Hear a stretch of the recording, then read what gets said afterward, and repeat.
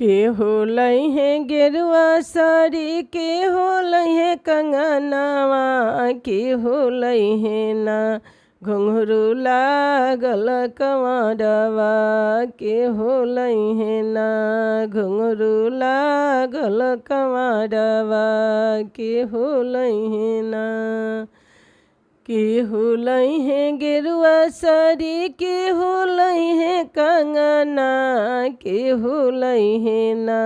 घुंघरू लागल कमरवा के होलै है ना घुंघरू लागल कमरवा के होलै है ना सासु लै है गेरुआ साड़ी ननदो लै है कंगना बलमुआ लै है ना ए बलमुआ लै है ना घुंघरू लागल कमरिया बलमुआ लै है ना सास लै है गेरुआ साड़ी ननदिया लै है कंगना बलमुआ लै है ना ए बलमुआ लै है ना घुंघरू लागल कमरिया बलमुआ लै है ना घुंघरू लागल कमरवा बलमुआ लै है ना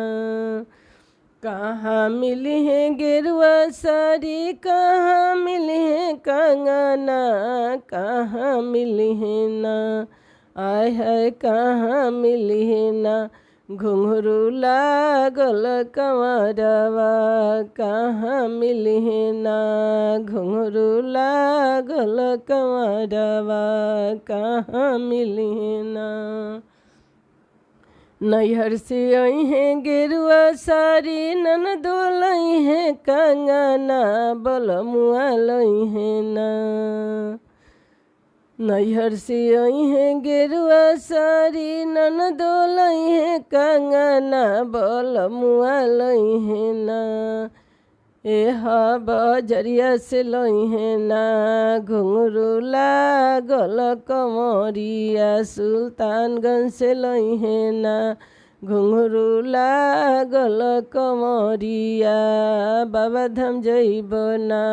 घुंघरू लागल कमरिया के होलै है गेरुआ साड़ी के होलै है कंगना के होलै है ना के होलै है गेरुआ साड़ी के होलै है कंगना के होलै है ना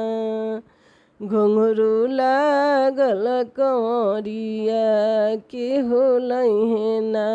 घुंघरू लागल कमरिया के होलै है ना।